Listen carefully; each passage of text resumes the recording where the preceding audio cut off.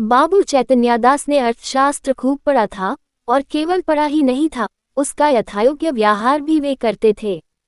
वे वकील थे, 2-3 गांवों में उनक जमींदारी भी थी, बैंक में भी कुछ रुपये थे। ये सब उसी अर्थशास्त्र के ज्ञान का फल था। जब कोई खर्च सामने आता तब उनके मन में स्वाभाविक प्रश्न होता था, इससे स्वयं मेरा उपकार होगा या किसी अन्य पुरुष का। यदि दो में से किसी का कुछ भी उपहार न होता तो वे बड़ी निर्दयता से उस खर्च का गला दबा देते थे। व्यर्थ को वे विष के समाने समझते थे। अर्थशास्त्र के सिद्धांत उनके जीवन स्तंभ हो गए थे। बाबू साहब के 2 पुत्र थे। बड़े का नाम प्रभुदास था, छोटे का शिवदास। दोनों कॉलेज में पढ़ते थे। उनमें केवल एक श्रेणी का अंतर था। दोनों ही चतुर, होनहार युवक थे, किंतु प्रभुदास पर पिता का स्नेह अधिक था। उसमें सदुत्साह की मात्रा अधिक थी और पिता को उसकी जात से बड़ी बड़ी आशाएं थीं। वे उसे विद्योन्नति के लिए इंग्लैंड भेजना चाहते थे। उसे बैरिस्टर बनाना उनके जीवन की सबसे बड़ी अभिलाषा थी। किंतु कुछ ऐसा संयोग हुआ कि प्रभादास को B0A0 की परीक्षा के बाद ज्वर आने लगा। डॉक्टरों की दवा होने लगी। 1 मास तक नित्य डॉक्टर साहब आते रहे, पर ज्वर में कमी न हुई। दूसरे डॉक्टर का इलाज होने लगा, पर उससे भी कुछ लाभ न हुआ। प्रभुदास दिनों दिन क्षीण होता चला जाता था। उठने बैठने की शक्ति न थी, यहाँ तक कि परीक्षा में प्रथम श्रेणी में उत्तीर्ण होने का शुभ संवाद सुनकर भी उस चेहरे पर हर्ष का कोई चिन्ह न दिखाई दिया। वह सदैव गहरी चिंता में डूबा रहता था। उसे अपना जीवन बोझ सा जान पड़ने लगा था। एक रोज चैतन्यदास ने डॉक्टर साहब से पूछा, ये क्या बात है कि 2 महीने हो गए और अभी तक दवा कोई असर नहीं हुआ? डॉक्टर साहब ने संदेहजनक उत्तर दिया, मैं आपको संशय में नहीं डालना चाहता। मेरा अनुमान है कि यह ट्यूबरक्युलोसिस है। चैतन्यदास ने व्यग्र होकर कहा, तपेदिक? डॉक्टर, जी हाँ, उसके सभी लक्षण दिखाई देते हैं। चैतन्यदास ने अविश्वास के भाव से कहा, मानो उन्हें विस्मयकारी बात सुन पड़ी हो, तपेदिक हो गया।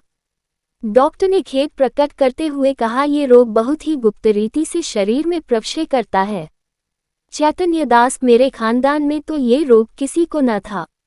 डॉक्टर, संभव है मित्रों से इसके जम कीटाणु मिले हो। चैतन्यदास कई मिनट तक सोचने के बाद बोले, अब क्या करना चाहिए? डॉक्टर, दवा करते रहिए। अभी फेफड़ों तक असर नहीं हुआ है, इनके अच्छे होने की आशा है। चैतन्यदास, आपके विचार में कब तक दवा का असर होगा? डॉक्टर, निश्चय पूर्वक नहीं कह सकता, लेकिन 3-4 महीने में वे स्वस्थ हो जाएंगे। जड़ों में इस रोग का जोर कम हो जाया करता है। चैतन्यदास, अच्छे हो जाने पर ये पने में परिश्रम कर सकेंगे। डॉक्टर, मानसिक परिश्रम के योग्य तो ये शायद ही हो सके। चैतन्यदास, किसी सेनेटोरियम, पहाड़ी स्वास्थ्यालय में भेज दूं तो कैसा हो? डॉक्टर, बहुत ही उत्तम। चैतन्यदास, तब ये पूर्ण रीति से स्वस्थ हो जाएंगे। डॉक्टर, हो सकते हैं, लेकिन इस रोग को दबा रखने के लिए इनका मानसिक परिश्रम से बचना ही अच्छा है।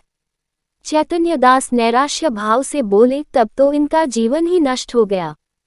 गर्मी बीत गई, बरसात के दिन आए। प्रभुदास की दशा दिनों दिन बिगड़ती गई। वह पड़े पड़े बहुधा इस रोग पर की गई बड़े बड़े डॉक्टरों की व्याख्याएं पढ़ा करता था। उनके अनुभवों से अपनी अवस्था की तुलना किया करता था। पहले कुछ दिनों तक तो वह अस्थिरचित्त सा हो गया था।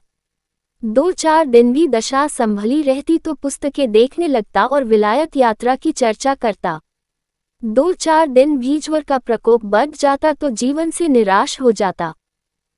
किंतु कई मास के पश्चात जब उसे विश्वास हो गया कि इस रोग से मुक्त होना कठिन है, तब उसने जीवन की भी चिंता छोड़ दी। पथ्यापथ्य का विचार न करता, घर वालों की निगाह बचाकर औषधियां जमीन पर गिरा देता, मित्रों के साथ बैठकर जी बहलाता। यदि कोई उससे स्वास्थ्य के विषय में कुछ पूछता तो चिढ़कर मुंह मोड़ लेता। उसके भावों में एक शांति में उदासीनता आ गई थी और बातों में एक दार्शनिक मर्मज्ञता पाई जाती थी। वह लोक रीति और सामाजिक प्रथाओं पर बड़ी निर्भीकता से आलोचना किया करता।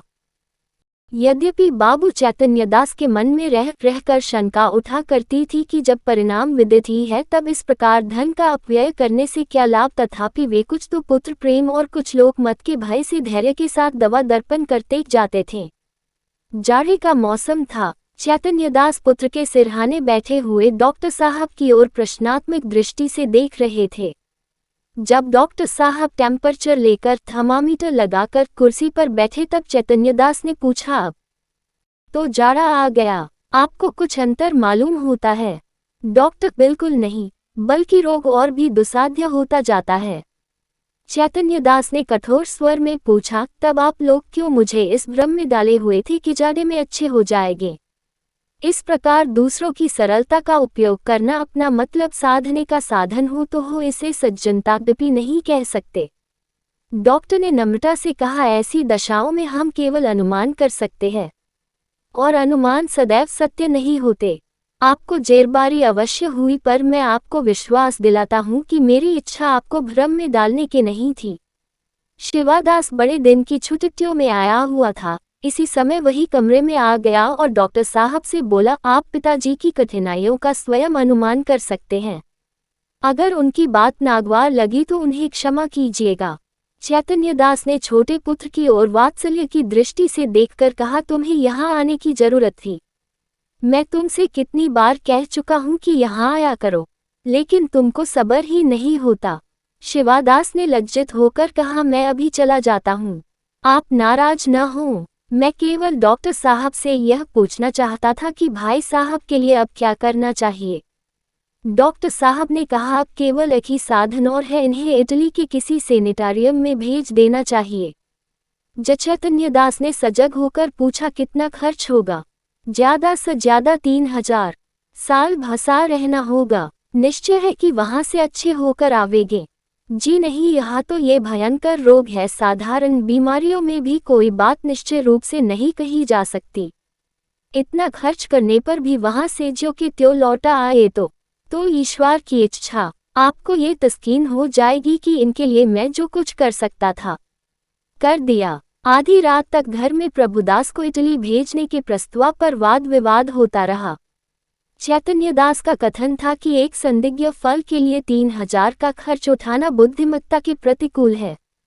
शिवादास फल उनसे सहमत था, किंतु उसकी माता इस प्रस्ताव का बड़ी दृढ़ता के साथ विरोध कर रही थी। अंत में माता की धिक्कारों का ये फल हुआ कि शिवादास लज्जित होकर उसके पक्ष में हो गया। बाबू साहब अकेले रह गए। तपेश्वरी ने तर्क से काम लिया, पति के सद्भावों को प्रज्वलित कर इनकी चेष्टा की। धन की नश्वरात की लोकोक्तियां कहीं इन शस्त्रों से विजय लाभ न हुआ तो अश्रु वर्षा करने लगी। बाबू साहब जल बिंदुओं का इस शर प्रहार के सामने न ठहर सके। इन शब्दों में हार स्वीकार की, अच्छा भाई रो मत, जो कुछ कहती हो वही होगा। तपेश्वरी, तो कब रुपये हाथ में आने दो। तो ये क्यों नहीं कहते कि भेजना ही नहीं चाहते? भेजना चाहता हूँ, किंतु अभी हाथ खाली हैं। क्या तुम नहीं जानती, बैंक में तो रुपये है, जायदाद तो है, 2-3 हजार का प्रबंध करना ऐसा क्या कठिन है? चैतन्यदास ने पत्नी को ऐसी दृष्टि से देखा मानो उसे खा जाएंगे और एक क्षण के बाद बोले, बिल्कुल बच्चों की सी बातें करती हो। इटली में कोई संजीवनी नहीं रखी हुई है जो तुरंत चमत्कार दिखाएगी। जब वहां भी केवल प्रारब्ध ही की परीक्षा करनी है तो सावधानी से कर लेंगे।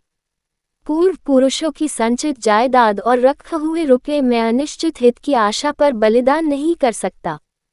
तपेश्वरी ने डरते डरते कहा, आखिर आधा हिस्सा तो प्रभुदास का भी है।